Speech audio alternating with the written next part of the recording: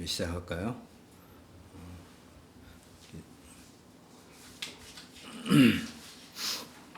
505장 온 세상 위하여 함께 찬송하겠습니다.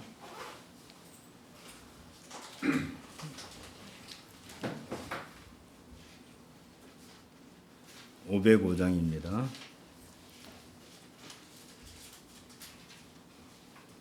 온 세상 위하여 나 복음 전하리. 만 백성 모두 나와서 주 말씀 들으라.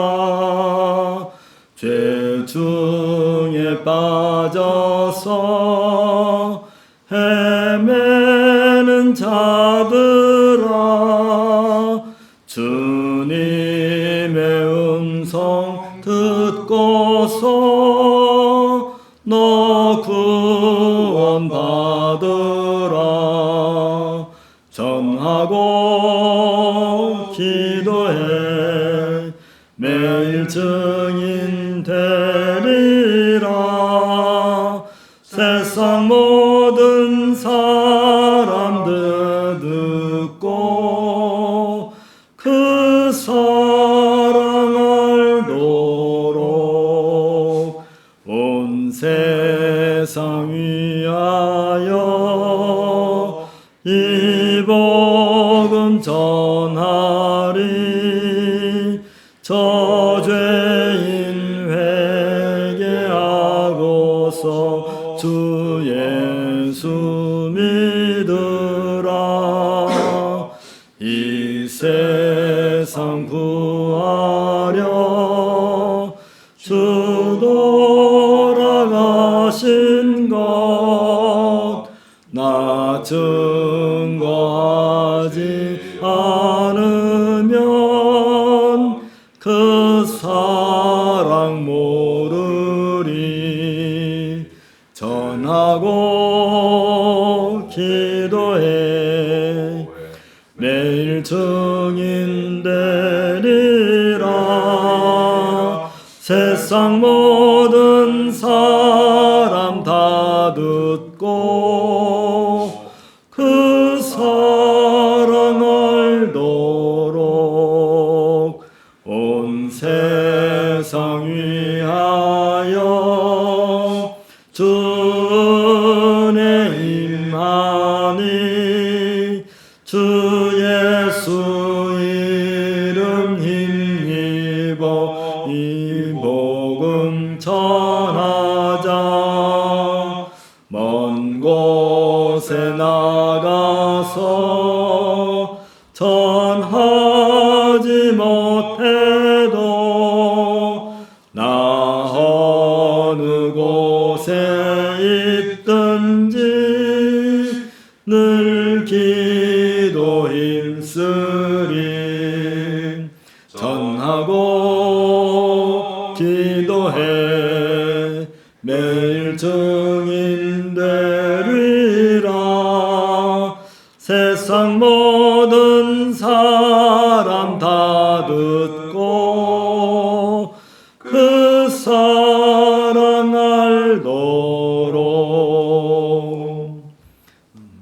오늘 이렇게 이 두 부로 나눠서 화상 예배로 이렇게 같이 참여를 하게 됐습니다. 다음 주 우리 김 목사님 설교인데 상황을 봐서 한 달 더 연기를 하든지 아니면 예정대로 진행하든지 일단 이번 주 상황 봐가면서 이렇게 하도록 하겠습니다. 묵상기도하고 예배 시작합니다.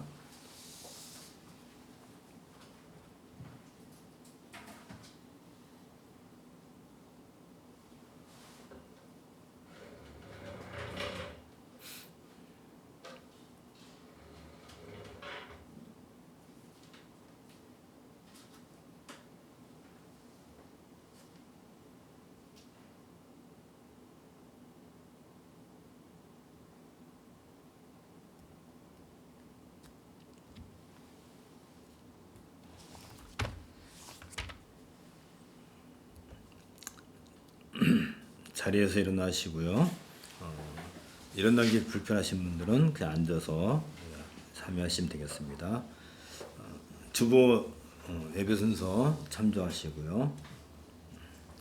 우리 마음을 들어올려 함께 고백합시다. 우리의 도움은 천지를 지으신 여호와의 이름에 있도다. 24 장로들이 보좌에 앉으신 이의 앞에 엎드려 세세토록 살아계시는 이에게 경배하고 자기의 관을 보좌 앞에 드리며 이르되 우리 주 하나님이여 영광과 존귀와 권능을 받으시는 것이 합당하오니 주께서 만물을 지으신지라 만물이 주의 뜻대로 있었고 또 지으심을 받았나이다 하더라. 아멘. 함께 기도하겠습니다.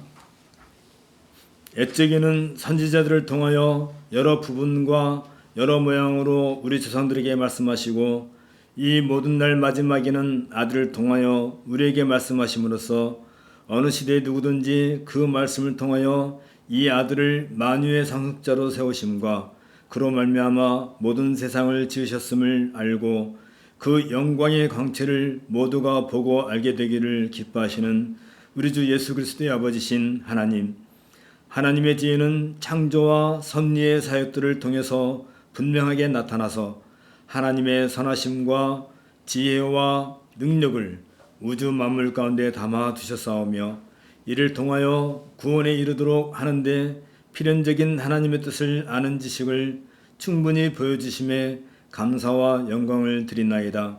하지만 죄로 말미암아 우매하고 우둔해진 인류는 도무지 이처럼 명확한 하나님의 지혜와 선하심과 능력을 바르게 볼 수도 없고 깨닫지도 못하여 하나님은 이를 불쌍히 여기시고 여러 시대의 다양한 방식으로 구원에 필수적으로 필요한 내용들을 계시해 주시고 무엇보다도 교회를 통하여 그 진리를 잘 보존하고 전파하기 위하여 기록으로 남겨두시기를 기뻐하셨나이다. 이로써 기록된 성경에는 하나님의 영광과 인간의 구원과 신앙과 생활에 필요한 모든 것이 명백하게 기록되어 있으며 무엇보다도 성령의 내적인 조명을 통하여 이러한 하나님의 지혜를 깨닫게 해주심에 감사를 드리나이다. 일제기 시편에서 주의 말씀대로 나를 붙들어 살게 하시고 내 소망이 부끄럽지 않게 하소서 나를 붙드소서 그리하시면 내가 구원을 얻고 주의 율례들에 항상 주의하리이다 라고 고백했듯이 우리들 또한 주의 말씀으로 양식을 삼고 주의 율례를 따라 살아갈 수 있도록 은혜를 주옵소서. 이 복된 날을 우리에게 주시어 삼위일체 하나님께 경배하게 하시오니 이 또한 감사를 올리나이다. 이 시간에도 하나님께서 친히 말씀하시옵소서. 우리가 듣겠나이다. 성령께서 선물로 주신 믿음과 성령의 조명을 통해 이 복된 말씀으로 우리 영혼이 풍성함을 누리게 하옵소서. 온 세상에서 하나님의 부름을 받고 나와 경배하는 성도들에게 복을 주시고 복받은 성도들을 통하여 하나님의 영광을 온 세상에 나타내시옵소서. 우리 주 예수 그리스도의 이름으로 기도합나이다. 아멘. 찬송가 1장 같이 찬송하겠습니다. 만복의 근원 하나님 온 백성 찬송 드리고 저천사여 찬송하세 찬송 성부 성자 성령 아멘. 자리에 앉으시고요. 죄의 고백은 이사야 55장 1절 2절입니다. 오라 너희 모든 목마른 자들아 물로 나오라 돈 없는 자도 오라 너희는 와서 사 먹되 돈 없이 값없이 와서 포도주와 젖을 사라. 너희가 어찌하여 양식이 아닌 것을 위하여 은을 달아주며 배부르게 하지 못할 것을 위하여 수고하느냐. 내가 듣고 들을지어다. 그리하면 너희가 좋은 것을 먹을 것이며 너희 자신이 기름진 것으로 즐거움을 얻으리라. 아멘. 죄의 고백입니다. 시편 51편 16절 17절에서 봅니다. 주께서는 제사를 기뻐하지 아니하시나니 그렇지 아니하면 내가 드렸을 것이라. 주는 번제를 기뻐하지 아니하시나이다. 주의 구원의 즐거움을 내게 회복시켜 주시고 자원하는 심령을 주사 나를 붙드소서. 하나님께서 구하시는 제사는 상한 심령이라. 하나님이여 상하고 통회하는 마음을 주께서 멸시하지 아니하시리이다. 아멘. 죄의 고백을 위한 묵상을 함께 하도록 하겠습니다.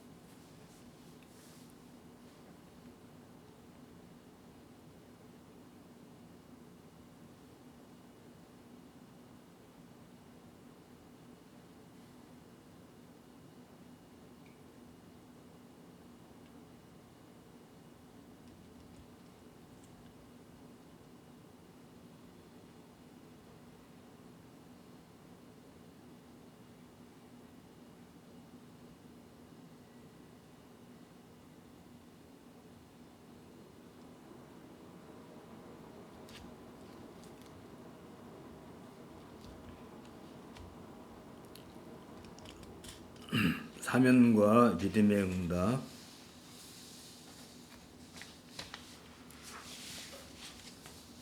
우리가 아직 죄인 되었을 때 그리스도께서 우리를 위하여 죽으심으로 하나님께서 우리에 대한 자기의 사랑을 확정하셨느니라. 그가 우리를 흑암의 권세에서 건져내사 그의 사랑의 아들의 나라로 옮기셨으니 그 아들 안에서 우리가 속량 곧 죄사함을 얻었도다. 아멘. 찬송가 9장입니다. 하늘에 가득 찬 영광의 하나님.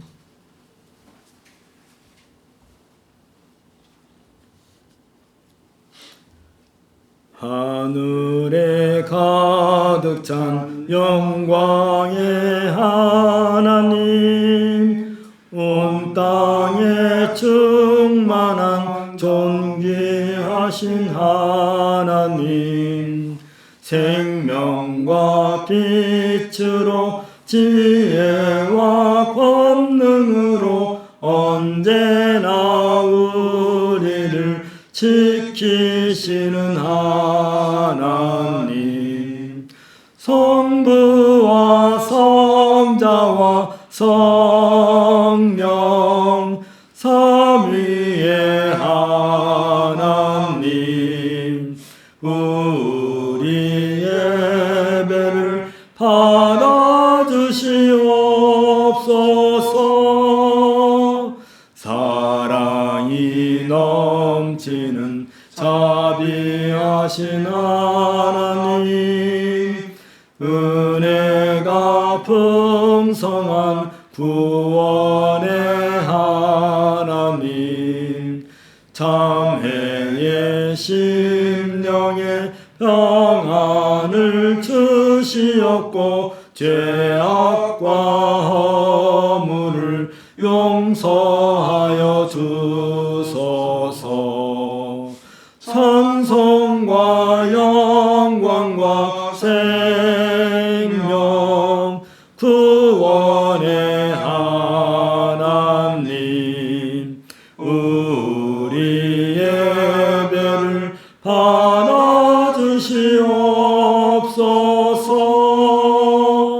연약한 심령을 굳게 세워주시고 우둔한 마음을 지혜롭게 하시고 주의 뜻 받들어 참되게 살아가며 주 말씀 따라서 용감하게 하소서.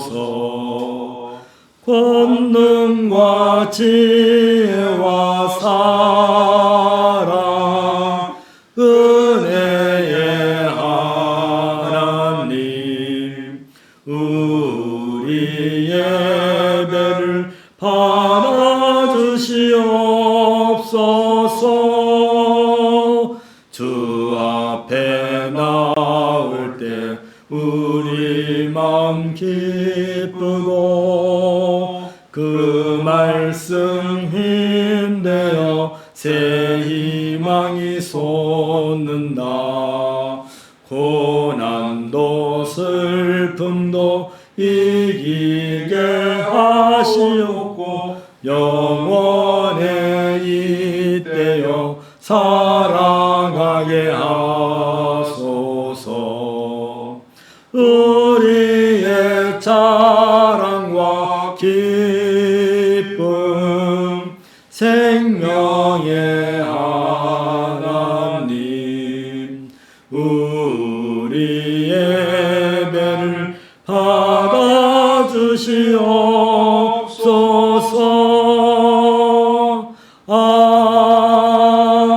아멘. 오늘 성경 낭독은 레위기 26장입니다.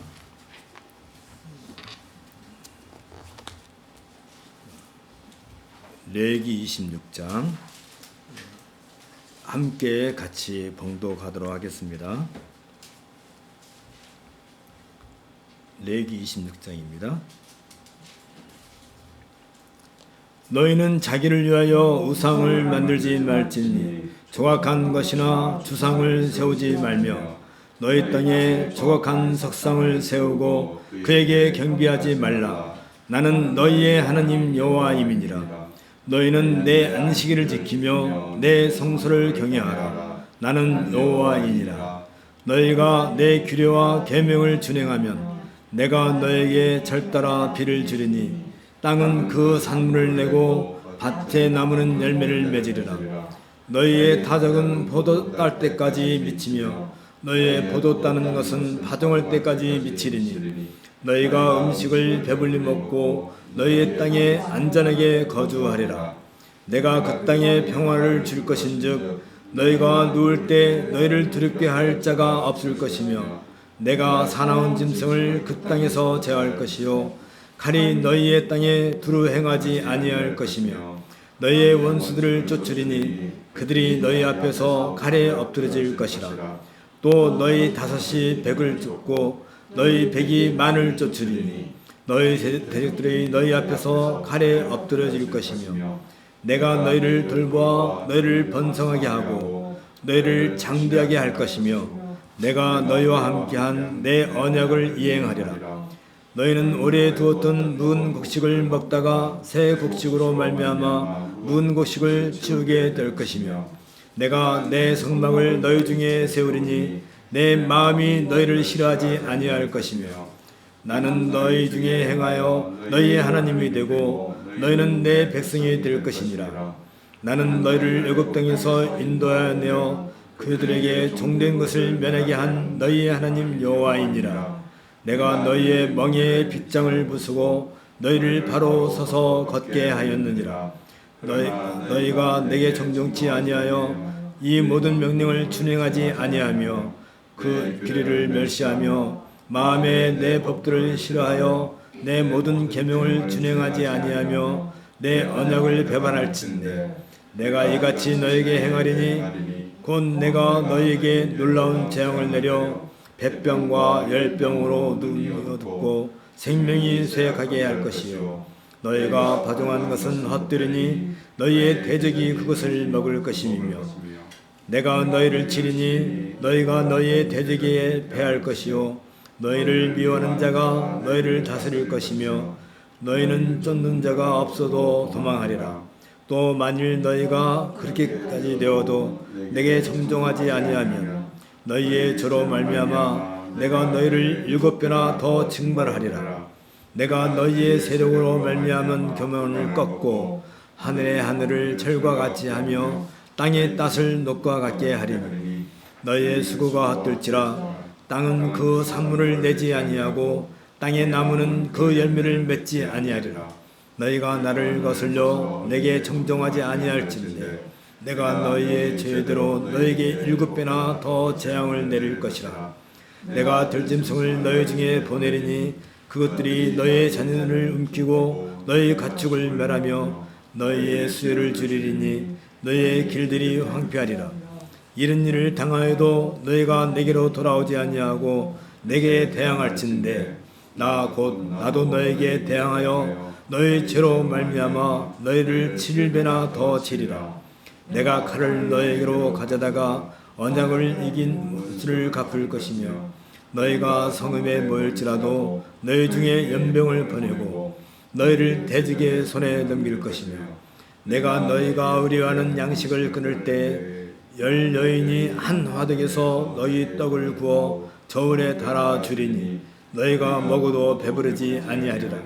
너희가 이같이 될지라도 내게 통정하지 아니하고 내게 대항할진대 내가 진노로 너에게 대항하되 너희의 죄로 말미암아 7배나 더 징벌하리니 너희가 아들의 살을 먹을 것이요 딸의 삭을 먹을 것이며 내가 너희의 산당들을 헐며 너희의 분향단들을 부수고 너희의 시체들을 부서진 우상들 위에 던지고 내 마음이 너희를 싫어하며 내가 너희의 성읍을 황폐하게 하고 너희의 성소들을 황나게 할 것이요 너희의 향기로운 냄새를 내가 흠양하지 아니하고 그 땅을 황무하게 하리니 거기 거주하는 너희의 원수들이 그것으로 말미암아 놀랄 것이며 내가 너희를 여러 민족 중에 흩을 것이요 내가 칼을 빼어 너희를 따르게 하리니 너희의 땅이 황무하며 너희의 성이 황폐하리라.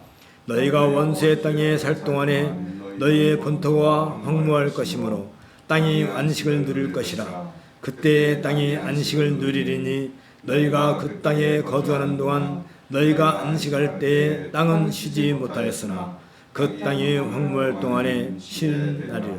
너희 남은 자에게는 그 원수들의 땅에서 내가 그들의 마음을 약하게 하리니 그들은 바람에 불린 잎사귀 소리에도 놀라 도망하기를 칼을 피하여 도망하듯 할 것이요 쫓는 자가 없어도 엎드러질 것이라. 그들은 쫓는 자가 없어도 칼 앞에 있음같이 서로 짓밟혀 넘어지리니 너희가 원수들을 맞설 힘이 없을 것이요 너희가 여러 민족 중에서 망하리니 너희의 원수들의 땅이 너희를 삼킬 것이라.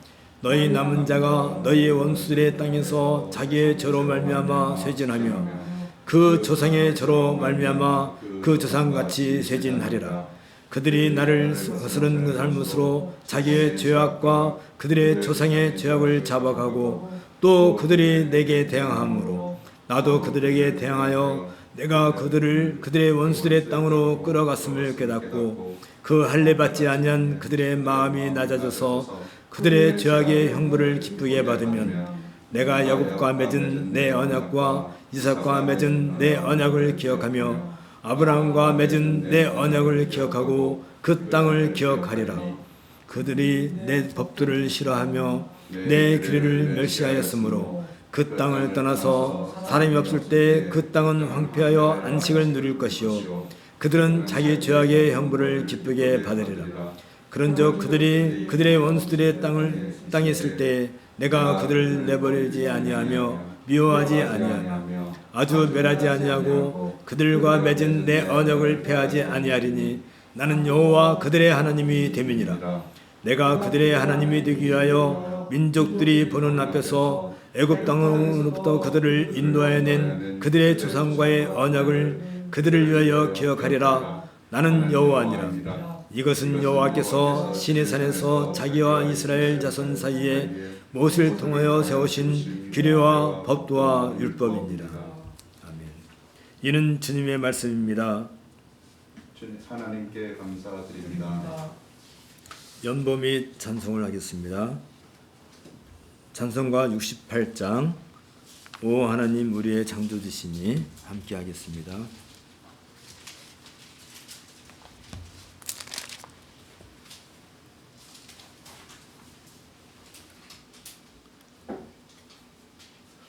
오 하나님 우리의 창조주시니 내 주님께 귀한 것 드립니다. 내 주께만 엎드려 경배드리며 내 주의 이름 높이 찬양하네. 오 하나님 우리의 대주 되시어 분풍나기 일때도 도우셨네. 죽음에서 우리를 구하셨으니 내 주의 이름 높이 찬양하네.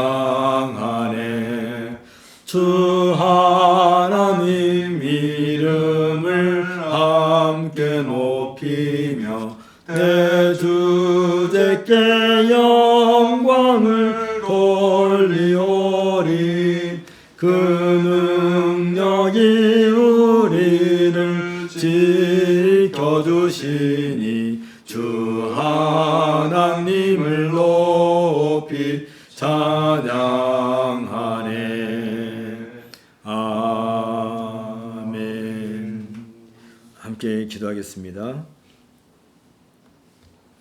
모든 인류가 구원의 이름에 있어서 단 한 사람도 제외되지 않도록 하기 위하여 사람의 마음속에 종교의 씨앗을 심어주셨을 뿐만 아니라 우주의 전 창조 속에서 누구든 눈을 뜨기만 하여도 하나님을 아는 지식을 충분히 얻을 수 있도록 날마다 천지 만물을 통해 계시하심으로써 친히 자신을 보이시는 우리 주 예수 그리스도의 아버지신 하나님, 이처럼 하나님을 아는 지식을 충분히 보여주셨음에도 불구하고 인간의 전적 타락으로 부패하여져서 누구나 육체적으로나 영적으로 죽을 수밖에 없는 비참한 지경에 이르렀음에도 불구하고 아담에게 약속하신 그 여자의 후손으로 독생자이신 그리스도를 정하신 때에 이 세상에 보내시어 그 아들에게 우리의 모든 죄악을 담당시키시되 죄로 인해 저주를 받아 마땅한 우리에게 자비로우심과 선하심을 쏟아주시고 그 아들로 우리를 대신해 죽게 하시고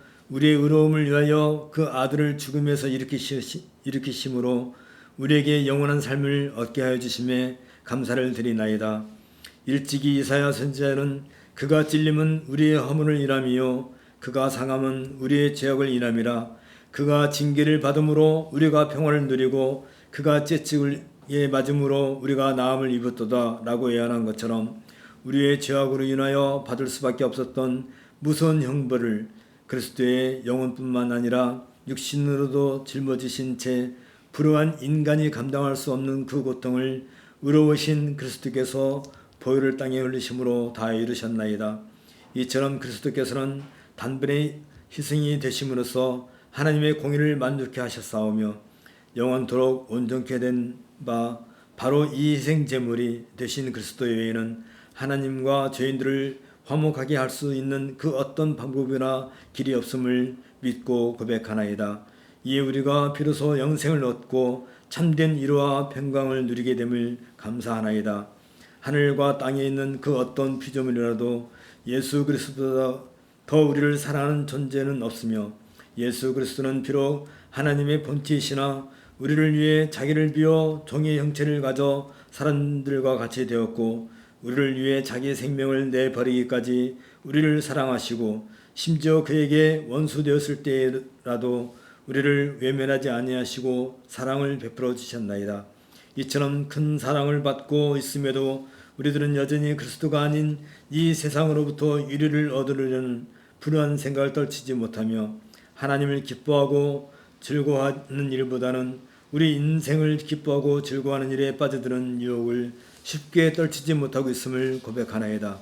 정작 하늘의 은혜를 풍성하게 누리고 있으면서도 살아가는 일이 있어서 조금만이라도 불편하고 이를 참지 못하고 우리가 가지고 있는 얼마 되지도 않은 재산에 조금이라도 손해가 닥치면 마치 모든 것을 다 잃어버린 것처럼 낙심에 빠지기도 하나이다. 주여 우리의 믿음 없음을 불쌍히 여겨주시고 어떤 고난과 환난이 닥친다 할지라도 담대하게 하늘의 소망을 바라보며 살아갈 수 있도록 은혜를 더하여 주옵소서. 자비로우신 하나님 아버지, 우리는 너무나 연약하여서 스스로는 한순간도 설 수 없나이다. 뿐만 아니라 우리의 원수인 마귀와 세상과 우리 자신의 육신을 끊임없이 우리를 공격하나이다. 주의 성령의 능력으로 우리를 붙드시고 강하게 하시사 우리가 이 영적 전쟁에서 패배당하지 않고 오히려 완전한 승리를 얻기까지 우리 원수들을 확고하게 물리치게 하옵소서. 신실하시며 은혜 주시기를 기뻐하시는 아버지여, 지금 온 세상은 코로나19로 바이러스로 말미암아 가난하고 힘없는 사람들이 이루 행용할 수 없을 정도로 많은 고통을 겪고 있나이다. 바라옵기는 이 질병과 고통으로부터 저들을 구원하여 주시고 주께서 예비하신 치유의 방편들에게 복을 주옵소서. 특별히 대통령을 비롯해 공무원들에게 지혜를 주시어 백성들이 도탄에 빠지지 않도록 시급한 정책들을 시행할 수 있게 하옵소서.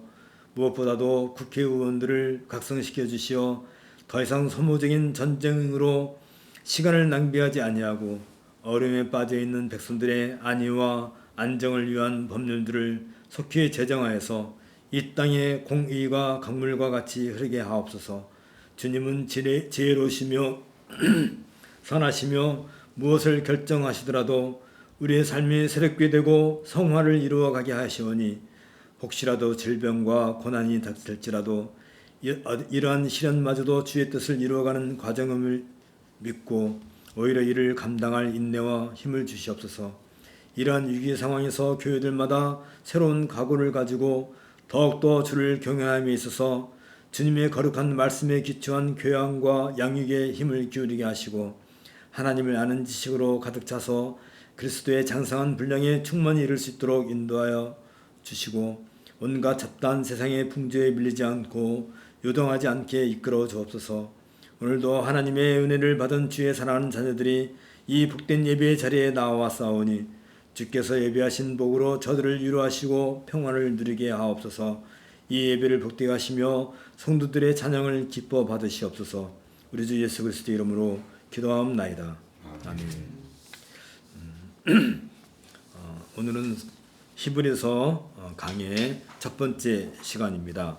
히브리서 1장 1절로 4절을 가지고 노동수 목사님께서 하나님께서 말씀하셨다는 제목으로 말씀을 전하시겠습니다. 먼저 본문을 읽도록 하겠습니다.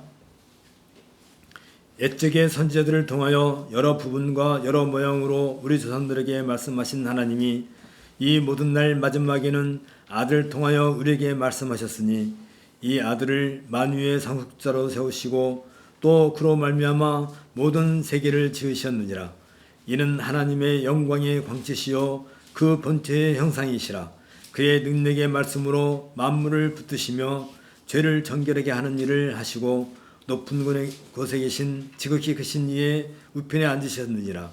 그가 천사보다 훨씬 뛰어남은 그들보다 더욱 아름다운 이름을 기업으로 얻으심이니. 이 말씀을 가지고 하나님께서 말씀하셨다는 제목으로 말씀 전해주시겠습니다.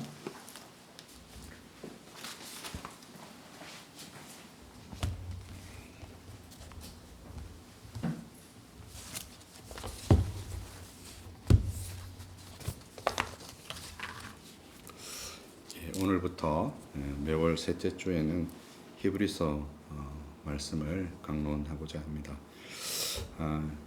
먼저 히브리서 첫째 시간이어서 간단하게 서론으로 저자와 독자, 발신자와 수신자의 문제를 좀 간단하게 설명을 드리고 본문의 내용을 먼저 다루도록 하겠습니다. 히브리서는 이제 교회 역사에서 정경으로 받아들여지는 것이 그 역사가 간단하지 않았습니다. 그 주요한 이유 중 하나는 저자가 누구인지 확실하지 않다는 것 때문이었습니다. 초기 교부들에 의해서 이 책은 사도 바울의 작품으로 간주되어 왔고 그로 인해서 바울의 편지로 신약 안에서도 배치되어 있었던 것을 알 수 있습니다. 히브리서가 이제 바울 서신 뒤에 바로 이렇게 붙어 있죠. 이제 그런 이유가 이제 이런 이유라는 것입니다.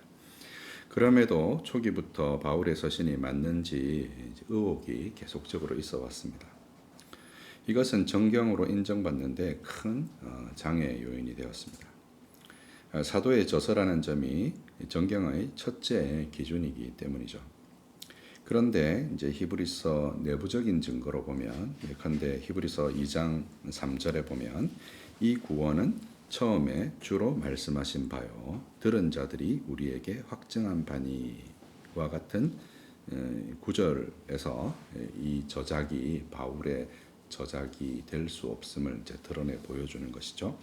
예컨대 여기 이제 들은 자들이 우리에게 확증한 바다라고 말하므로 이 히브리서의 저자가 첫 번째 주께로부터 들은 사람들, 다시 말해서 사도로부터 전해받았다, 이렇게 말하고 있기 때문입니다.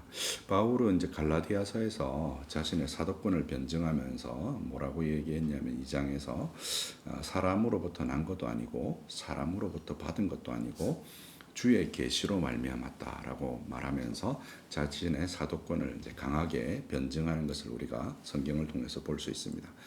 우리가 생각하기에도 12사도는 이제 하강하신 낮아지신 그리스도에게 배웠다면 바울은 높아지신 승계하신 그리스도께 배움으로 자신의 사도권을 더 강력하게 이렇게 주장하였죠. 그래서 바울 복음의 기원이 뭐냐라고 할 때 그가 다메섹 도상에서 만났던 그리스도의 계시에 그 기원을 두고 있다는 점을 우리가 주목하여 생각한다면 오늘 히브리서의 저자가 자신을 표현할 때 들은 자들이 우리에게 확증한 바라라고 말하는 것에서 이 히브리서 자체가 바울이 그 저자가 아니라는 점을 내부적으로 이렇게 증거하고 있다고 할 수 있습니다. 후대 복음을 전승한 누군가에 의한 저작이라는 점을 드러내 보여주고 있습니다.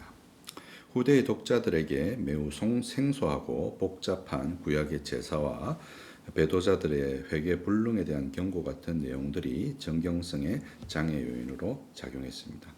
배도자들의 회개 불능에 관한 내용은 이제 우리 히브리서를 차차 배우게 되면 6장에 보면 한 번 비침을 받고 죄에 빠지게 된 자들, 배도하게 된 자들은 새롭게 할 수 없나니라는 이제 이 말씀이죠. 이런 말씀이 전통적인 바울의 복음하고 달라 보였던 것입니다. 예컨대 우리가 로마서에서 보게 되면 흑암이나 기품이나 그 어떤 권세에도 우리를 그리스도에게서 잘라낼 수 없다, 끊어낼 수 없다라고 말한 이런 바울의 통상적인 신학계 내용하고 상충해 보이는 이런 요인들이 이 정경성을 의심하게 한 것이죠. 그러나 히브리서에 대한 언급은 이제 로마의 클레멘스가 고린도 교회에 보낸 첫 번째 편지에서 처음으로 등장합니다. 우리가 초대 교부에 대해서 이제 지식이 없어서 그런데 알렉산드리아에도 클레멘스라는 교부가 있었고 로마에도 클레멘스라는 교부가 있었는데 이 로마의 클레멘스는 누가와 거의 비슷한 시기의 인물입니다. 그리고 그가 고린도 교회에 보낸 첫 번째 편지는 AD 95년에서 96년, 다시 말해서 1세기 동안, 그러니까 바울이 사역하던 그 세기 동안, 요한 사도가 생존하여 있던 그 세기 동안 보내진 편지입니다. 당연히 로마의 클레멘스가 고린도에 보낸 편지니까 로마로부터 고린도에 보내진 편지이겠죠. 여기서 히브리서가 언급되고 있다는 것입니다. 이것은 이제 뭘 보여주냐면 히브리서의 주요한 발신지가 로마였다는 점을 우리로 하여금 추정하게 해줍니다. 근데 이 히브리서를 AD 200년 가까이 동안 서방교회, 다시 말해서 로마와 그 인근에 있는 교회들은 잘 알지 못했습니다. 그에 반해서 동방교회, 다시 말해서 알렉산드리아라든지 안디옥이라든지 예루살렘과 같은 동방교회들은 익숙하게 이 서신을 잘 알고 있었습니다. 이것은 뭘 의미하냐면 로마로부터 이 편지가 발송되었고 그것을 수신한 공동체는 적어도 이 아나톨리아 반도, 지금의 터키 반도와 그 다음에 지금 가나안 지역, 그 지역에 있던 어느 지역에 보내진 서신이라는 것을 우리로 하여금 알게 해주는 것이죠. 동방교회에서는 알렉산드리아의 클레멘스나 오리겐 등의 알렉산드리아 학파의 대부분이 이 서신을 바울의 저작으로 이해하고 있었습니다. 오리겐은 사상은 바울의 것이지만 문체나 표현은 그의 제자인 로마의 클레멘스나 누가의 것이라고 추정하기도 했습니다. 이와 달리 서방교회는 히브리서를 바울의 작품으로 받아들이기를 꺼려했습니다. 터툴리아는 바나바를 지필자로 내세우면서 정경으로 받지 않으려고 했었고 이레니우스나 로마의 히폴리투스는 바울의 저술로 보지 않았습니다. 200년경에 작성된 무라토리 경전 목록에 히브리서는 아예 들어있지도 않았습니다. 서방교회의 태도는 동방교회와의 교류가 활발해진 350년 이후에 점차 바뀌게 되는데요. 이 350년 전후가 무슨 일이 벌어지는 시기냐면 소위 이제 니케아 회의라는 것을 통해서 삼위일체 교리가 확정되어지는 그 시기거든요. 그 시기 동안에 이제 그 서방교회의 히브리서에 대한 태도가 변하는 것을 볼 수 있습니다. 암브로시우스 등은 바울의 저작으로 이제 이 히브리서를 자주 인용했고 397년에 제3차 카르타고 공의회에서 히브리서를 13개의 바울 서신과 별개로 취급하면서 그의 저서로 인정하고 경전의 목록에 포함시키게 됩니다. 본 서신의 저자는 오리겐의 말과 히브리서 자체의 증언, 다시 말해서 2장 3절에서 말하는 것처럼 들은 자들이 주께로부터 들은 자들이 우리에게 확증한 바라라고 말하면서 자신의 위치를 우리에게 확증한 자라고 해서 그 들은 자 중에 있다는 것으로 표현하는 것을 통해서 우리가 확인한 대로 직접적인 바울의 사상에 직접적인 영향을 받은 제자에 의해서 기록되어진 것으로 유추해 볼 수 있습니다. 이럼에도 정경성에는 문제가 전혀 없는데요. 왜 그러냐면 정경은 사도적인 전승이 그 핵심이고 마가나 누가복음 혹은 사도행전 같은 경우에 사도에 의한 저작이 아니라 마가복음은 베드로에게 배웠던 마가에 의한 저작이고 사도행전과 누가복음은 바울에게 배웠던 누가의 저작임에도 불구하고 정경 안에 들어있고 특히 누가복음과 사도행전은 우리가 생각할 때 이제 성경을 누가 가장 많이 기록했느냐, 특별히 이제 신약 성경을 누가 가장 많이 기록했느냐 이럴 때 흔히 바울 이렇게 생각하지만 사실 아닙니다, 여러분. 바울이 가장 많이 기록하지 않았고 바울은 이제 이렇게 편수가 13편이라고 해서 편수가 많지만 실제 볼륨 양으로 보면 누가가 훨씬 많은 저작을 기록했습니다. 그러니까 신약 성경의 사상에 가장 지대한 영향을 미친 사람 중에 한 사람이 누구냐고 이렇게 꼽으라고 하면 당연히 이제 누가가 꼽히게 되어지는 것이죠. 그래서 사도의 영향을 받은 저작이라는 점에서 히브리서도 비슷한 위치를 가진다고 할 수 있고 아마도 오리겐의 추정대로 이 히브리서는 누가에 의해서 기록되었을 가능성이 상당히 높습니다. 이제 이따가 본문의 내용을 우리가 좀 자세히 살피면서 한번 살펴보겠습니다. 독자는 누구냐면 히브리서의 제목은 히브리인들에게라는 제목대로라면 당연히 독자는 히브리인으로 회심한 그리스도인들이 될 것입니다. 이 제목은 저자가 붙인 것이 아니라 2세기 말 신약 성경의 집성자가 붙인 것으로 알려져 있습니다. 처음 이 제목을 증언한 사람은 200년경의 판테누스며 알렉산드리아의 클레멘스 그리고 파피루스 46번에도 이와 관련된 내용이 들어 있습니다. 터툴리안도 이 제목을 사용했습니다. 이 중에 파피루스 46번은 이제 국내 유명한 이제 신학자죠. 김영규 박사님의 그 이제 박사 논문 주요한 내용이기도 합니다. 파이의 초서체가 1세기에만 등장한다는 점을 밝힘으로써 파피루스가 46번이 통상 2세기에 저작되어진 것이라고 이렇게 학계에서 이해하고 있었는데 이것의 세기를 1세기로 이제 당긴 것이죠. 이 파피루스 46번에는 로마서나 고린도 전후서 그리고 히브리서에 관한 언급이 이제 들어 있습니다. 그래서 히브리서는 당연히 1세기의 작품이라는 것을 우리가 알 수 있습니다. 클레멘스의 고린도 교회에 보낸 편지에서도 이 내용이 언급되었다고 말씀을 드렸죠, 그죠? 이에 따르면 제목이 아니더라도 본문이 유대계 그리스도인 공동체를 대상으로 쓰인 서신이라는데 의의를 다는 사람은 거의 없습니다. 그러니까 이제 히브리서의 내용이 어려운 이제 구약 성경의 제사법이나 멜기세덱과 관련된 내용들과 천사들과 관련된 내용들을 다루기 때문에 당연히 히브리인들을 향해서 쓰였을 것이라고 생각하는 것은 전혀 이상할 것이 없다는 것입니다. 알렉산드리아의 교부들과 현대 학자들 중 일부는 유대 땅에 거주하던 유대계 그리스도인 공동체가 그 대상이었을 것이라고 봅니다. 그러나 본문 내의 증거를 보면 히브리서 6장 10절에 너희 행위와 그의 이름을 위하여 나타낸 사랑으로 이미 성도를 섬긴 것과 이제도 섬기고 있는 것을 잊어버리지 아니하시니라고 말하고 있습니다. 우리가 잘 아는 대로 신약 성경에서 예루살렘 교회는 계속해서 유럽에 있던 마게도니아 지역의 교회들로부터 이렇게 재정적인 섬김과 공개를 받아야 하는 형편이었습니다. 기근이 계속해서 있었고 사도행전에서 보다시피 여러 과부들이 있어서 그것으로 인해서 계속적으로 구제가 필요했던 공동체였던 거죠. 근데 이 히브리서에 수신하는 공동체의 내부적인 상황을 보면 6장 10절에 이런 상황들이 여러 공동체를 섬기고 있고 그 섬기고 있는 것들을 잊어버리지 아니하신다라고 하면서 그들을 격려하고 있는 점을 볼 수 있습니다.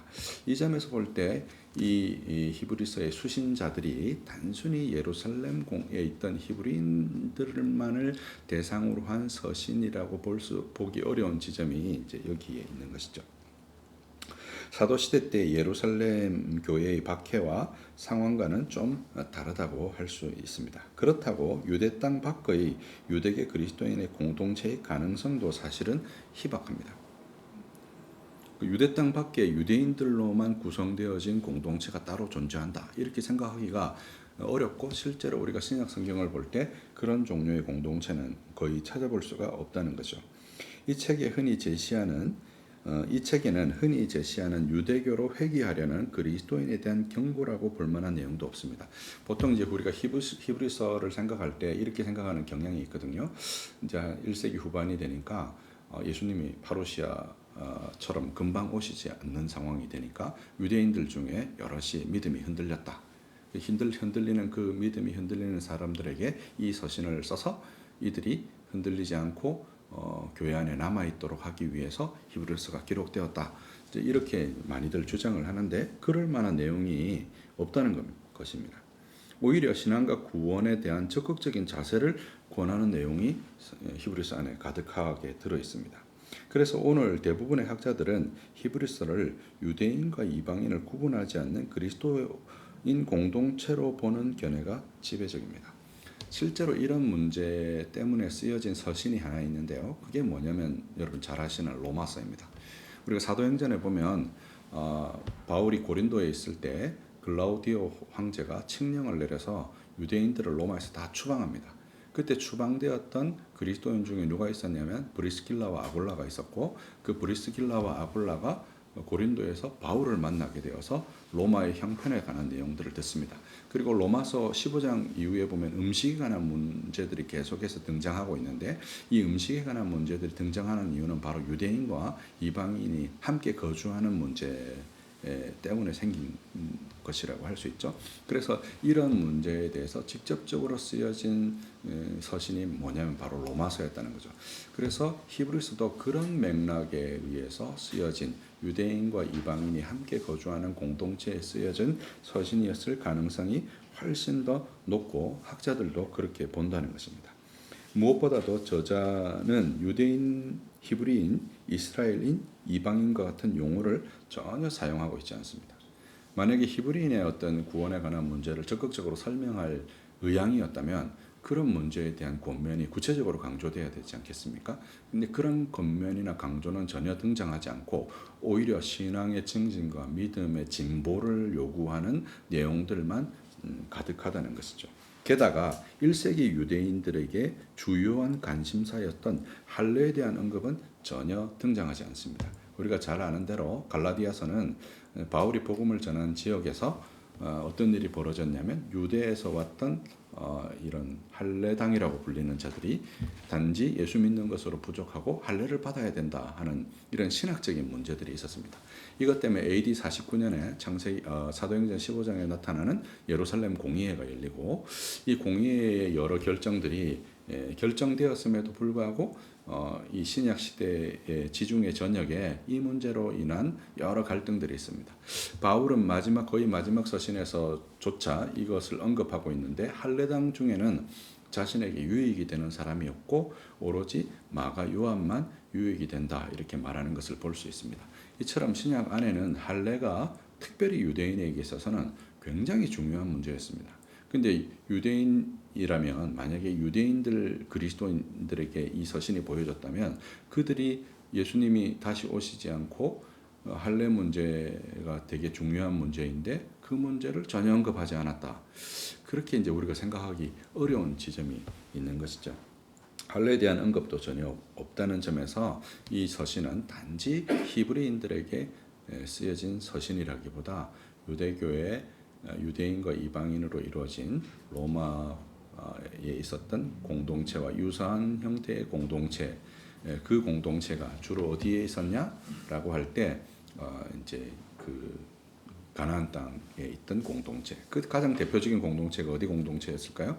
수리아 안디옥과 같은 그런 공동체가 이방인과 유대인이 함께 있었던 공동체였죠.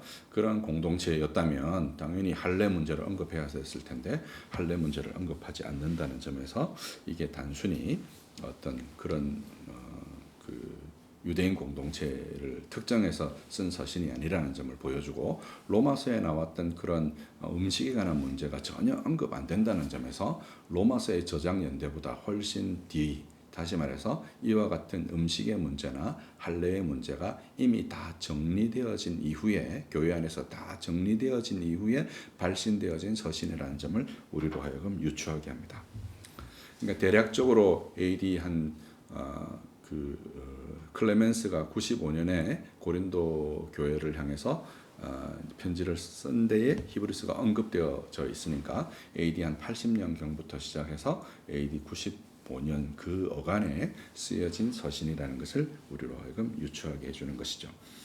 저자는 구약 성경을 많이 사용했고 이는 초대교회 공동체가 신약이 정경으로 자리 잡기 전에 구약을 통해서 복음의 내용을 어떤 방식으로 설명을 듣고 배웠는지를 엿볼 수 있게 해주는 것이죠. 아마 우리는 이제 신약 성경을 가지고 있으니까 신약을 통해서 복음을 배우겠지만 이 당시만 해도 신약 성경이 정경으로 자리 잡지 않았고 정경으로 자리 잡지 않은 교회들은 복음을 배워야 될 필요가 있었을 테고 그렇게 복음을 배워야 될 필요가 있는 공동체는 당연히 무엇을 통해서 복음을 배웠겠습니까? 구약의 내용을 가지고 복음을 배울 수밖에 없었다는 점이지요. 그런 지점에서 이제 그와 같은 방식으로 초기 공동체가 기독교 교리와 복음을 어떤 방식으로 가르쳤는지를 유추해 볼 수 있는 서신이 바로 히브리서라는 것입니다. 이 서신의 독자는 그냥 1세기에 거듭난 그리스도인 공동체라고 보는 것이 가장 적당합니다. 그래서 정리해 보면 이렇습니다. 1세기 거의 후반쯤에 히브리서가 기록되었고 로마서와 유대인의 갈등의 문제가 다 정리되어지고 난 다음에 히브리서가 기록되었으며 저자는 대체로 바울의 신학을 계승한 그의 제자들 중에 있었을 것으로 유추되어지며 복음의 내용을 구약을 통해서 체계적으로 설명하고자 했고 이 서신을 받았던 공동체는 그냥 히브리인 공동체가 아니라 유대인과 이방인이 함께 섞여 있던 그리스도인 공동체였다는 점을 우리가 유추해 볼 수 있습니다. 이런 이제 복음의 내용을 담은 히브리서가 어떤 구조를 가지고 있는가를 우리가 한번 살펴보겠습니다. 과거 히브리서를 바울 서신으로 생각할 때 바울의 서신의 일반적인 구조가 있는데요. 인디커티브, 임페라티브라는 구조가 있어요. 예를 들어서 에베소서 같은 1장부터 3장까지는 교리 인디커티브를 다루고 있고 4장부터 6장까지는 임페라티브, 교훈과 권면을 다루고 있죠. 다른 서신들도 다 비슷한 구조를 하고 있습니다. 로마서도 1장부터 11장까지는 교리적인 부분을 다루고 있고 12장부터 시작해서 마지막 장까지는 교훈적인 부분을 가지고 있습니다. 그래서 히브리서도 그와 같은 방식으로 이제 해석을 한 것이죠. 예컨대 1장 1절부터 10장 18절까지는 교리적인 부분이고 10장 19절부터 13장 21절까지는 교훈적인 부분으로 나누어서 이해를 한 것입니다. 이 단조로운 구분법은 히브리서의 구조와 잘 들어맞지 않습니다. 왜냐하면 히브리서는 교리를 강론한 뒤에 상응하는 교훈을 연이어 제시하는 구조를 하고 있습니다.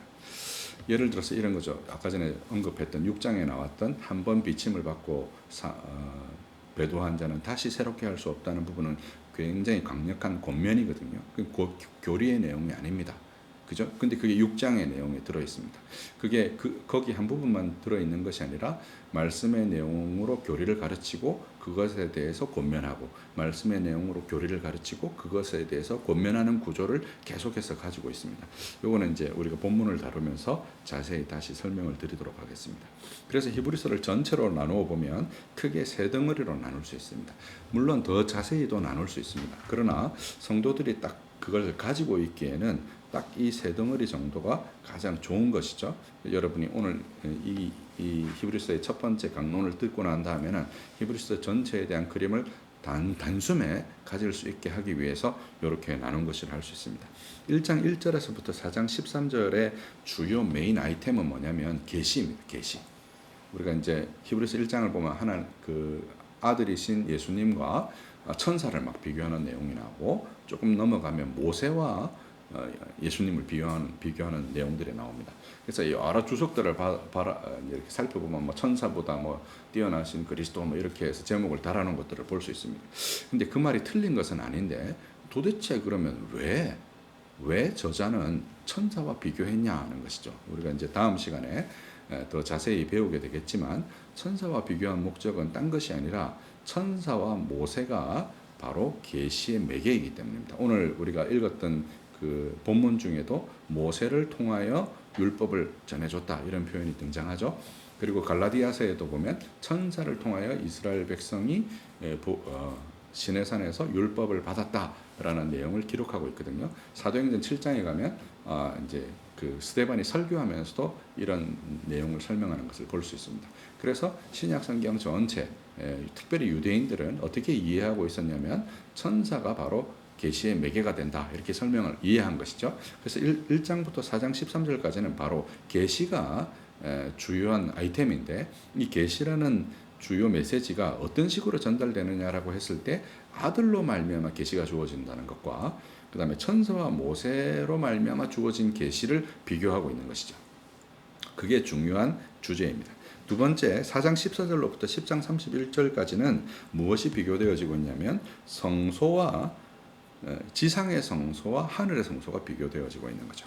지상의 제사장과 하늘의 제사장이 비교되어지고 있는 것입니다. 지사장의 대제사장과 멜기세덱과 같은 새로운 반차로 나신 그리스도라는 제사장이 비교되고 있고 지상의 성소와 하늘의 성소가 비교되고 있습니다. 이 두 가지 내용은 다시 말해서 1장 1절에서부터 4장 13절의 내용과 4장 14절에부터 10장 31절의 내용은 사도행전 7장에 나오는 스데반의 설교의 내용을 그대로 반영하고 있습니다. 스데반이 이제 그 기소를 당하는데 기소를 당하는 두 가지 내용이 뭐냐면 율법과 성전을 모독한다는 것이었거든요. 첫 번째 부분, 다시 말해서 4장 13절까지는 율법이 어떻게 수여되어졌는가 하는 문제를 다루고 있고 10장 31절까지는 성전의 문제를 다루고 있습니다. 이 두 가지가 바울 신학의 주요한 주제이기도 하면서 누가의 신학의 메인 아이템이기도 한 것이죠. 그런 점에서 히브리서가 그 저작자가 누가일 가능성이 상당히 높다고 말씀드릴 수가 있습니다. 그리고 10장 32절부터 13장 25절 마지막까지는 믿음의 도리를 다루고 있습니다. 그 믿음의 도리의 구체적인 게 뭐냐라고 했을 때 그 구체적인 게 바로 믿음과 소망과 사랑이라는 거죠. 우리가 생각할 때 고린도전서 13장에만 믿음과 소망과 사랑이 나온다고 생각하기 쉽지만 히브리서 10장 32절부터 13장 25절은 정확하게 이 구조로 되어 있습니다. 믿음과 소망과 사랑의 구조로 되어져 있다는 것이죠. 그래서 그 4장 14절에 보면 대제사장과 믿는 도리라는 표현이 나오는데요. 이거는 이제 3장에도 이제 이 표현이 나오고 4장 14절에도 이 표현이 나오는데 4장 14절은 두 번째 이야기의 출발점이거든요. 그리고 3장에도 이 표현이 등장하는데 대제사장과 믿는 도리라는 이 표현은 히브리서 전체의 핵심이고 이 믿는 도리라는 건 오늘날로 말하면 이제 교리를 가리키는 것이라고 그렇게 이해할 수 있습니다. 이게 이제 히브리서의 전체적인 구조라고 할 수 있고 율법으로 말미암아 우리가 죄를 깨닫고 어디에 나갑니까? 성전에 나가게 되잖아요. 그죠? 구약에서도 그 구조를 하고 있습니다. 이제 우리가 레위기를 계속해서 읽고 있는데 레위기에 보면 어떤 말씀이 계속해서 나오냐면 너희가 죄를 깨닫거든 뭐뭐를 예물로 가지고 성전에 나와 하는 이런 관용구가 계속해서 반복되고 있는 것을 우리가 볼 수 있습니다. 그래서 율법으로 말미암아서 성전에 나와서 그리스도를 만나고 그리스도를 만남으로 은혜를 입었을 때 우리 안에 생긴 믿음의 돌이 그게 뭐냐? 믿음과 소망과 사랑이다. 이런 구조를 하고 있는 것이죠. 그래서 히브리서는 전체 이 세 가지 구조를 가지고 있는 책이라고 그렇게 말씀드릴 수가 있습니다.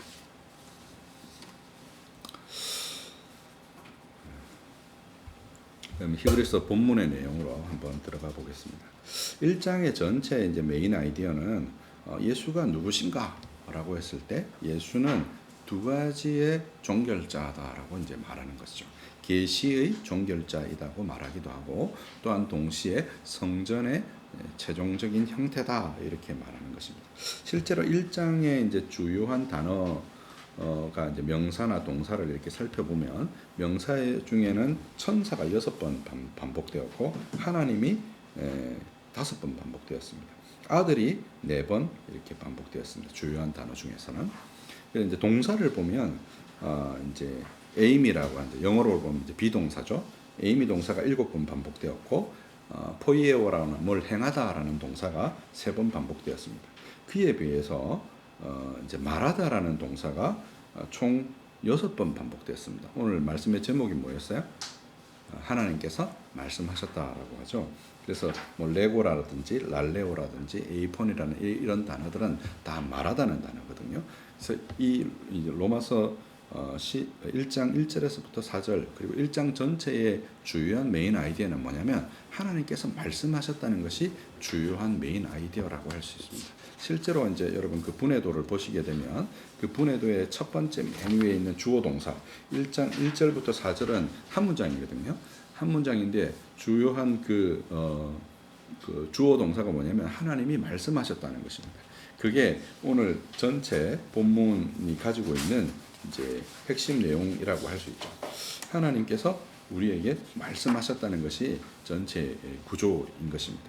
근데 이제 신약과 구약의 통일성은 하나님이 말씀하셨다는 거예요. 그러니까 우리가 구약은 이렇게 생각하잖아요. 율법이고 신약은 복음이다 이렇게 생각하기 쉽지만 그렇지 않다는 거예요. 구약에서도 우리가 히브리서 11장에 보면 구약에 나오는 많은 믿음의 인물들이 다 뭘로 구원받았다라고 말합니까? 믿음으로 구원받았다라고 말하잖아요. 히브리서가 말하고 싶은 것이 뭐냐면 이것이 신구약이 말씀하신 분이 다른 분이 아니다 하는 거예요. 하나님께서 말씀하셨다는 것을 말하고자 하는 것이죠.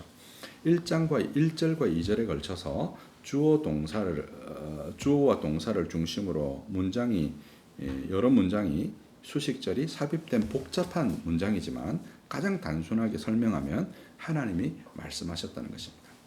옛적의 조상들에게 여러 부분과 여러 모양, 여러 방법으로 말씀하셨다면 이제 모든 날 마지막에 곧 종말의 때에는 아들 곧 그리스도를 통해서 말씀하신다고 말하고 있습니다. 1절에는 이제 주어가 나오고 2절에는 동사가 나와 있는데 여러 수식이 이렇게 겹쳐 있는 거죠. 옛날 사람들은 이렇게 말하기를 되게 좋아했던 것 같아요. 17세기 이제 책들을 보면 관계사절이 막 이렇게 이어져서 한 문장이 아예 한 페이지가 넘는 이제 그런 경우들도 있는데 성경도 이제 그런 경우들이 많죠. 예를 들어서 에베소서 1장 1절에서부터 13절은 한 문장이거든요. 그런 이제 형태의 문장이라고 할 수 있습니다. 이 핵심적인 진술의 의미는 신약과 구약이 동일한 구원 경륜을 가진 하나님의 말씀으로 이루어져 있다는 의미입니다. 보통 신자들은 구약은 율법이고 신약은 복음이라고 생각하는 경향이 있고 이런 세대주의적인 경향은 히브리서의 가르침을 따르면 성경적인 가르침일 수가 없는 것이죠. 성경은 처음부터 마지막까지 구원 경륜을 바꾼 적이 없다는 의미인 것입니다. 이것은 오늘 살펴본 히브리서의 전체 구조와도 연관이 있습니다. 전체 구조가 어떻게 되어 있었다고 말씀드렸죠? 율법과 성전, 그리고 율법과 성전 사이에 뭐가 생기게 되나요? 믿음의 건덕, 믿음의 돌이라고 하는 믿음과 소망, 사랑이라는 건덕이 생기게 되죠. 이게 구조라는 거예요.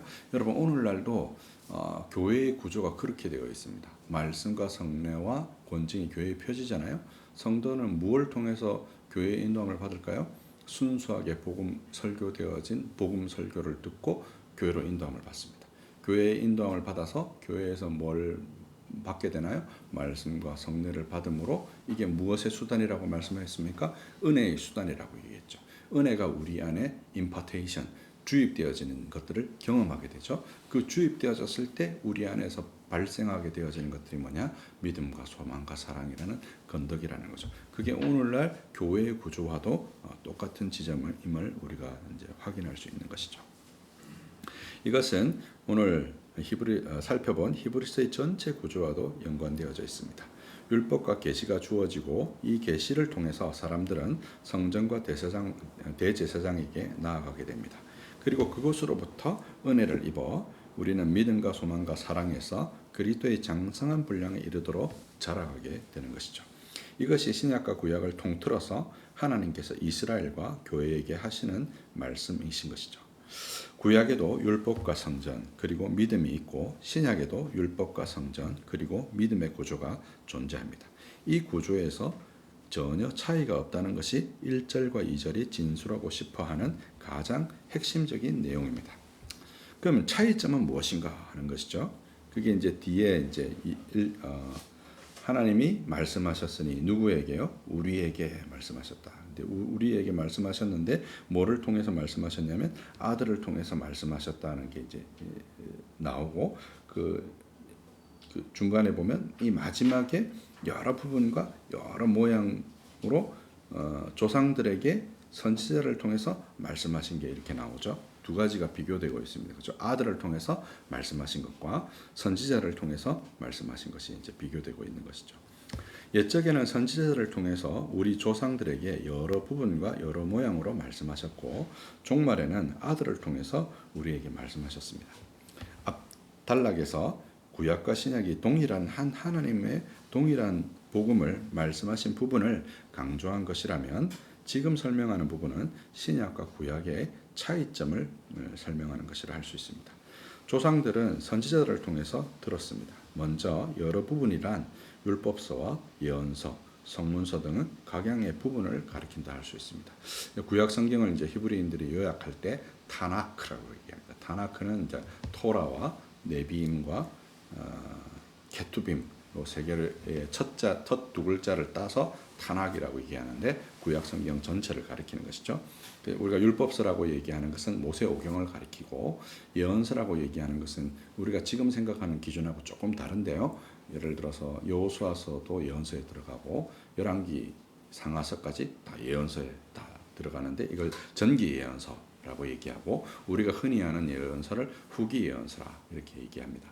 그 다음에 성문서에는 우리가 아는 룻기라든지 그다음에 이제 시편, 전도서, 아가서, 뭐 예레미야, 에가서 이런 오축을 포함해서 역대기, 상하도 이 성문서에 들어가고요.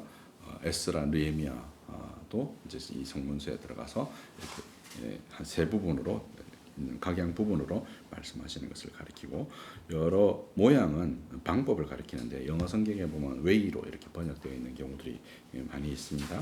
방법에는 꿈, 환시, 사건, 상징, 현현 등의 다양한 방법을 통해서 계시했었습니다. 예컨대 요셉의 꿈이나 이사야의 환시, 예레미야가 멍에를 쓰고 다니는 사건, 이사야가 벌거벗고 다니는 사건, 호세아가 고멜과 결혼하고 자녀를 출생하는 사건, 이사야도 이제 자녀 출생을 통해서 신탁이 임하기도 하죠. 엘리야와 모세가 모세에게 직접 나타나신 하나님의 현현과 같은 다양한 방법을 통해서 하나님께서 계시하셨습니다. 이 성경의 다양한 부분과 다양한 계시의 방법은 이제 종말에 이르러 아들을 통해서 말씀하시게 되었습니다. 여기서 이 모든 날 마지막에라는 표현은 잘 이해해야 되는데 이 표현은 종말을 의미하는 표현으로서 그리스도의 재림을 두고 하는 말이 아니라 그리스도의 초림과 그에 따른 계시의 종교를 두고 하는 말입니다. 이 모든 날의 마지막이라고 했는데 그 마지막이라고 한 날로부터 우리가 20년을 더 지나왔잖아요, 그렇죠? 그러니까 종말, 최종적인 그리스도의 재림을 가르치는 종말을 표현할 때 쓴 표현이 아니라 그리스도의 초림으로 계시가 종결되었다는 것을 표현할 때 쓴 표현입니다. 우리가 보통 종말론 이러면 영어로 에스카톨로지라고 얘기하는데 여기 사용된 단어가 에스카토라는 단어가 이제 사용되었죠. 그리스도의 초림과 그에 따른 계시의 종결을 두고 하는 말이라 할 수 있습니다. 베드로 사도 역시 베드로 전서를 기록하면서 그리스도의 계시를 이렇게 설명했는데 그는 창세 전부터 미리 알리심 바 된 자나 이 말세에 너희를 위해서 나타내신 바 되었으니 나타내신 바 되었다는 말은 계시되었다는 표현이거든요. 라고 말씀하고 있습니다. 성경은 이처럼 분명하게 그리스도가 구원의 최종적인 계시임을 설명하고 그 최종적인 특징을 종말이라는 표현으로 묘사했습니다. 우리가 하나님 나라를 말할 때 이미 그러나 아직 아니라는 표현을 쓰는데 그리스도가 계시됨으로 종말이 이미 성취되었으나 그 완성은 아직 아니라는 의미이지만 특별히 계시와 관련하여서 종말은 그리스도가 모든 계시의 수렴이자 완성이라는 의미를 담고 있습니다. 이 표현은 구약의 다양한 부분과 방법을 통해서 계시된 것들이 모두 그리스도를 계시하고 그것을 지향하고 있다는 의미이기도 합니다. 따라서 구약 계시가 다양성이 있고 다양한 선지자의 다양한 문서, 다양한 방식에 의해서 기록되고 전송되고 계시되었다고 하더라도 이 계시는 모두 그리스도를 나타내고자 하는데 그 목적이 있다는 것을 말하고 있는 것입니다. 우리가 한 가지 더 생각해야 될 것은 요즘 신사도 운동에서 여전히 새로운 사도가 있고 여전히 새로운 계시가 있다고 주장하는 것이 신학적인 문제임에 대해서 숙고해 보아야 합니다.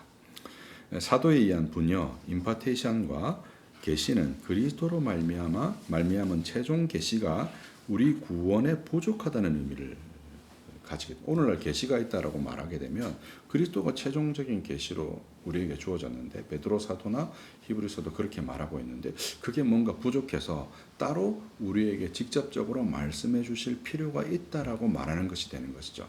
그래서 구원 계시라는 측면에서 계시의 최종성, 계시의 완성이 바로 그리스도라는 점을 우리가 기억해야 됩니다. 그러니까 이 신사도는 성경이 말하는 그리스도의 계시와 전혀 맞지 않는 것이죠. 뿐만 아니라 장로교회는 사도에 의한 분여가 아니라 은혜의 수단을 사용함으로 성령에 의한 분여의 교리를 가지고 있습니다.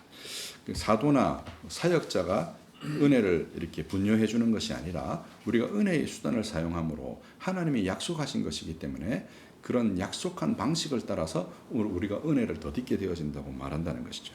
그런 점에서 이런 새로운 사도에 의한 분여, 사람에 의한 분여 이런 것들은 장로교의 신학이나 성경의 원리와 전혀 맞지 않는다는 것입니다. 칭의에 대해서는 전가 교리를, 성화에 대해서는 은혜의 주입, 곧 분여의 교리를 가지고 있습니다. 그러므로 계시의 종결은 은혜의 분여와 종결성은 은혜의 분여와 서로 상반된 개념이 아니라고 할 수 있습니다. 오늘도 우리가 은혜의 분여를 입는 것이죠. 우리가 교회에서 은혜의 수단을 사용함으로 말미암아 오늘도 수많은 신자들이 은혜를 입습니다. 하나님에 대한 신비로운 체험을 합니다.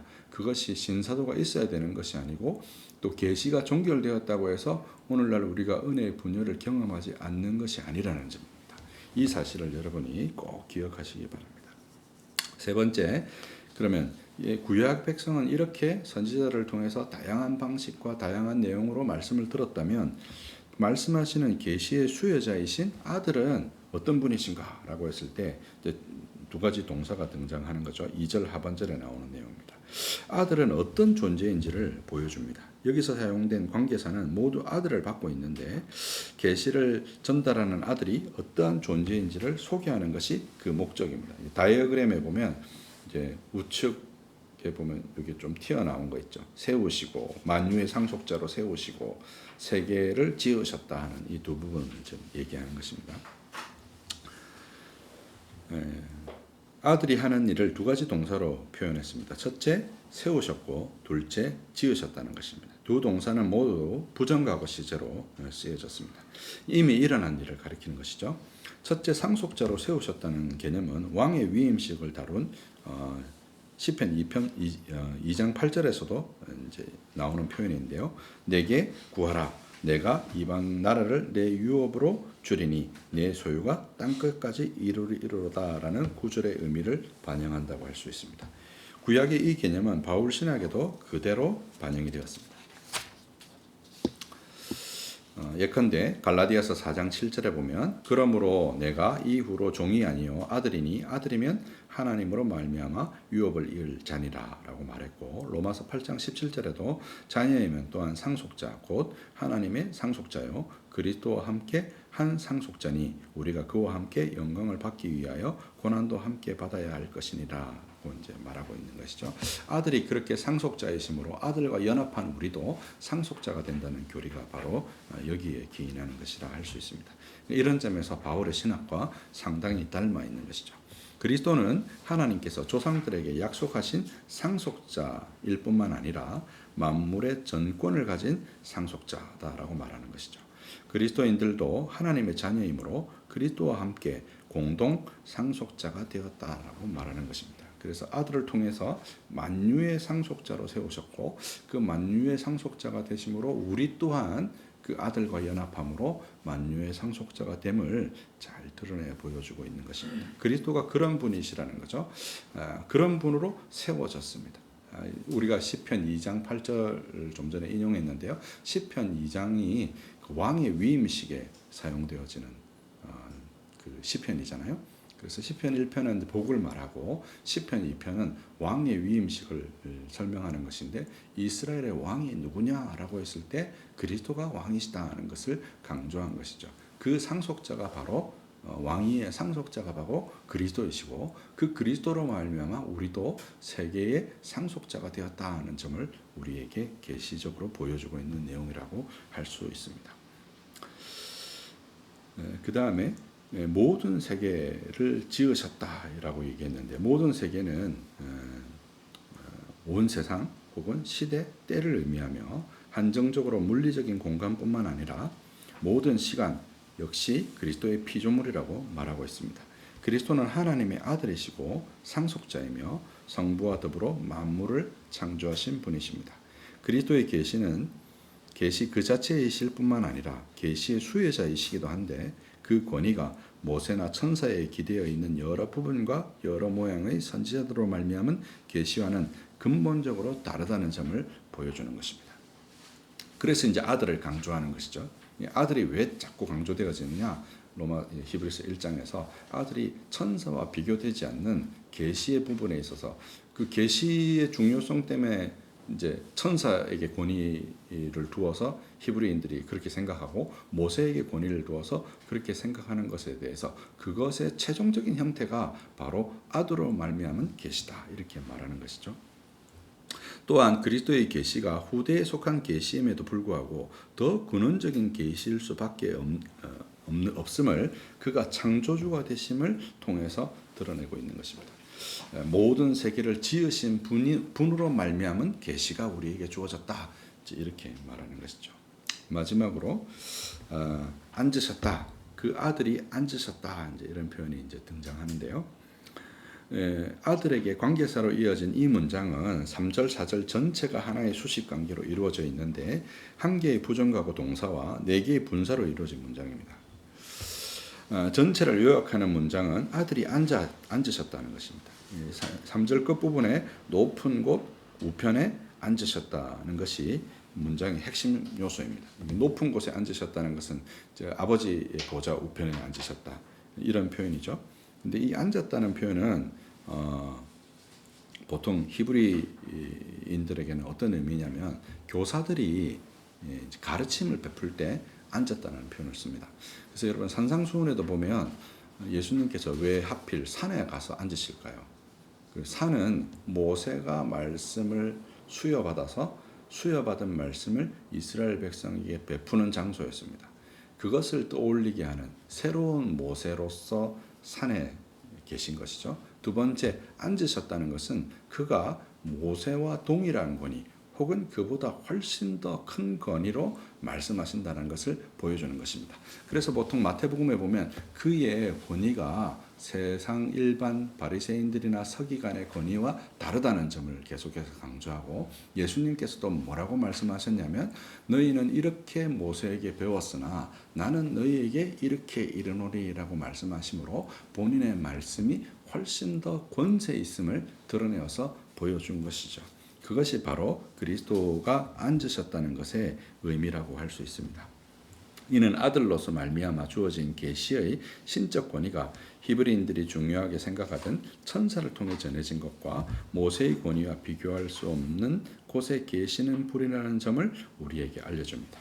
특히 구약에서 앉으셨다는 것은 가르침을 베푸는 것에 대한 관용적인 묘사로 마태복음에서의 산상수훈에서의 하나님께서 예수께서 산에 올라가서 앉으셨다는 것도 같은 맥락이라고 할 수 있습니다. 모세가 산에서부터 말씀을 받아 백성을 가르쳤듯이 그리스도께서 산에 오르셔서 같은 권위를 가지고 백성을 가르치는 교사로 앉으셨음을 의미하는 것입니다. 높은 곳과 우편에 앉으신 것은 신적 권위를 가지고 가르치시는 자리에 앉으심을 말씀하시는 것입니다. 뿐만 아니라 이 구절은 시편 110편 1절의 인용에 해당하는데 이것은 그리스도의 영광을 나타내는 예전적인 표현이라고 할 수 있습니다. 그리스도의 드높여지고 하늘의 보좌에 앉아 세상을 다스리시는 주님이 되셨다는 것을 이제 설명하는 것이죠. 이것이 다시 4개의 분사에 의해서 수식되어지고 있는데 2개의 현재 분사와 2개의 과거 분사로 이루어져 있습니다. 앞에 2개의 현재 분사는 그리스도의 본래적인 자리를 보여주고 있고 2개 뒤에 나오는 과거 분사 2개는 그리스도의 낮아지심과 그리스도의 높아지심이 어떤 결과를 나타내었는지를 보여주고 있습니다. 영광의 광채, 하나님의 영광의 광채와 본체의 형상이시고라는 이시고라는 이제 동사가 이다라는 동사가 있죠. 예수님은 어떤 분이시냐? 하나님의 영광의 광채시다. 그리고 그 본체의 형상이시다. 이게 본체라고 할 때 이 본체에 사용된 단어가 우리가 보통 위격, 그리스도의 위격이라고 할 때 히포스타시스라고 얘기하죠. 그 단어가 이제 그대로 사용되어진 것을 볼 수 있습니다. 그런 분이시다 하는 것이죠. 하나님 그 자체이시다라고 이제 얘기하는 것입니다. 뿐만 아니라 능력의 말씀으로 만물을 붙들고 계시는 분이시다는 것을 얘기하고 있습니다. 무엇으로 붙들고 계시냐? 능력의 말씀으로 모든 만물을 보존하신다. 능력의 말씀으로 만물을 보존하신다는 의미에는 뭐가 들어있냐면 하나님으로서 섭리하신다는 의미도 들어있지만 그의 섭리와 그의 다스리심이 뭘 통해서 이루어진다는 것을 우리에게 보여주냐면 말씀을 통해서 이루어진다는 점을 강조하고 있는 것입니다. 히브리서의 첫 번째 강조점은 바로 말씀인 것이죠. 말씀의 강조점이 있는 거예요. 그리고 그 말씀이 구약의 말씀과 그리스도로부터 우리가 받는 말씀이 근본적으로 다르지 않다는 점을 강조하고 있는 것입니다. 그리고 이제 세 번째 나오는 분사는 죄를 정결하게 하는 일을 하셨다라고 해서 과거 분사를 사용하셨어요. 이건 이제 정결하게 하는 일을 그리스도께서 낮아지심을 통해서 하신 일이죠. 그 일의 결과가 뭐냐? 말씀을 통해서 우리를 붙드실 뿐만 아니라 우리의 죄를 정결케 하시는 그분의 말씀의 사역이 우리의 죄를 정결케 하시는 그 결과로 나타났다는 것을 보여주고, 그리고 그렇게 되신 분이 무엇이 되셨냐면 천사들보다 훨씬 뛰어나게 되셨다. 승기하신 자리를 보여주는 거죠. 그 이스라엘 백성들이나 이제 구약 성경에 익숙하던 이 시대의 사람들은 다 무엇에 기대어 있냐면 구약 성경에 기대어 있었을 것이고, 그 구약 성경에 기대어 있는 성도들이 다 뭐를 생각했겠어요? 천사로 말미암은 계시들을 생각했겠죠. 바울도 고린도서에서 그런 문제들 때문에 뭐라고 말합니까? 짐짓 천사를 숭배하는 것에 대해서 경고하기도 하죠. 그런 문제들에 대해서 그리스도께서 천사들보다 훨씬 높으신 분이 되셨다는 점을 강조하고 있습니다. 이 네 개의 분사 문장은 그리스도가 계시 자체가 되시면서 계시의 수요자이시기도 하신다는 사실을 강조하신 것입니다.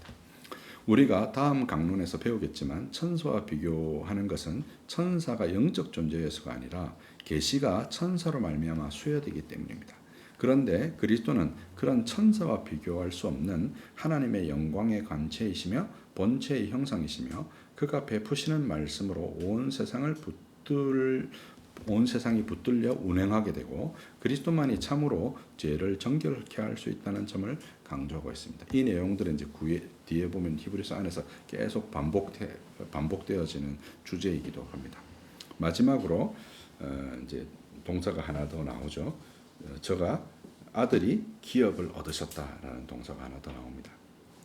천사들보다 더 아름다운 기업을 얻으셨다는 동사가 나오는데 아름다운 이름, 그 아름다운 이름이라는 것은 구별되는 이름, 다른 이름으로 번역할 수 있는데 구별되었다는 것은 뛰어나다는 의미이기도 합니다. 이름은 신분, 지위, 품위를 의미하고 그리스도께서는 구원의 역사에서 특출한 존재로 존경받는 천사들도 감히 누리지 못한 아들이라는 이름을 받았기에 그만큼 그들보다 위대하시다.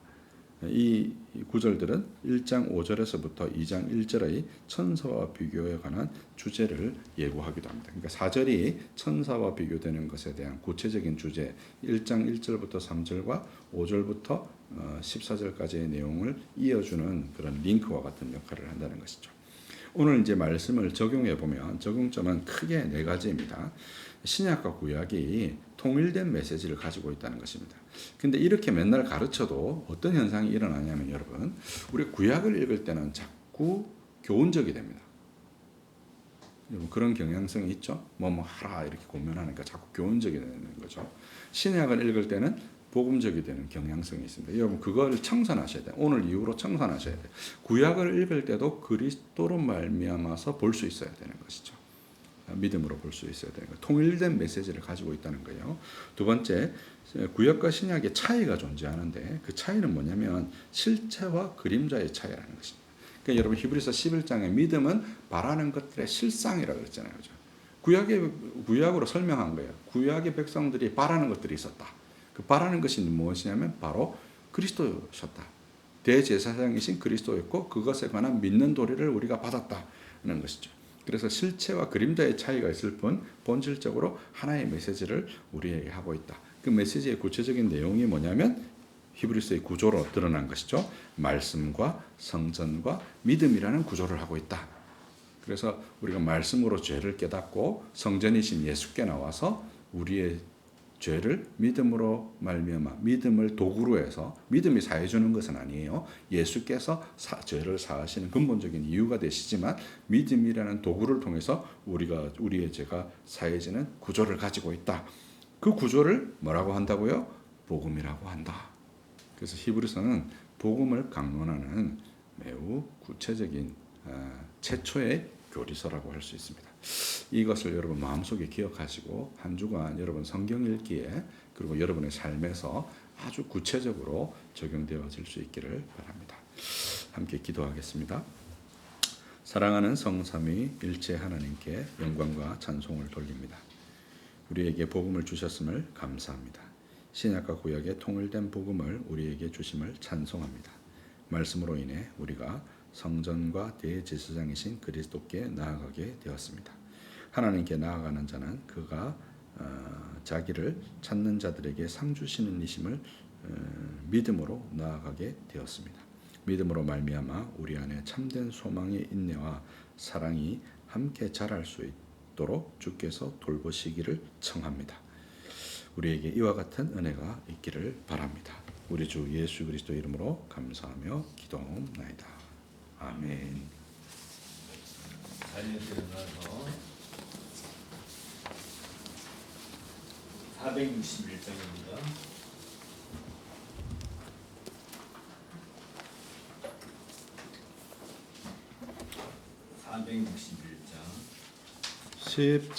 십자가를 질 수 있나 주가 물어보실 때 죽기까지 따르오리 성도 대답하였다. 우리의 심령 주의 것이니 주님의 형상 만드소서. 주인도 따라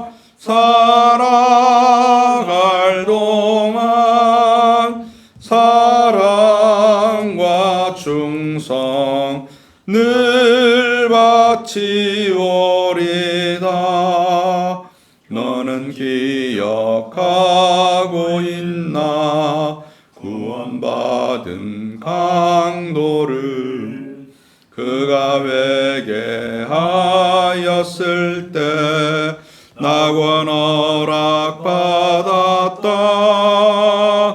우리의 심령 주의 것이니 주님의 형상 만드소서. 주 인도 따라 살아갈 동안 사랑과 충성 늘 바치오리다. 걱정 근심 어두운 그늘 너를 둘러 덮을 때 주께 내 영 맡기겠나. 최후 승리 믿으며 우리의 심령 주의 것이니 주님의 형상 만드소서. 주 인도 따라 살아갈 동안 사랑과 충성 늘 바치오리다. 이런 일 다 할 수 있나 주가 물어보실 때 용감한 자 바울처럼 선뜻 대답하리라. 우리의 심령 주의 것이니 주님의 형상 만드소서. 주 인도 따라 살아갈 동안 사랑과 충성 늘 바치오리다.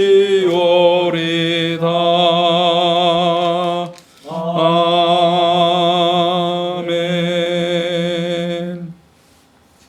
축도하겠습니다. 이제는 주 예수 그리스도의 은혜와 하나님의 사랑과 성령의 교통하심이 오늘 이 말씀을 듣고 복음 안에서 복음으로 살기를 소원하는 모든 성도들 머리 위에 이제로부터 영원토록 함께 있을지어다.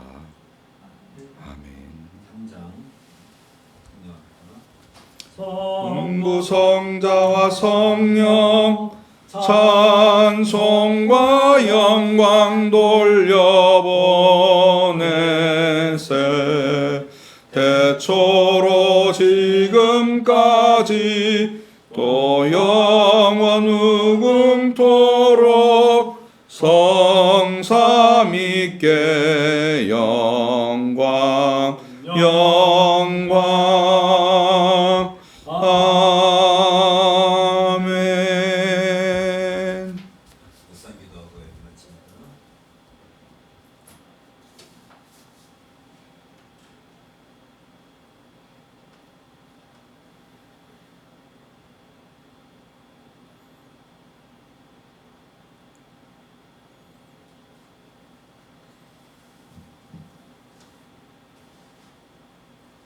네, 마쳤습니다. 수고했습니다.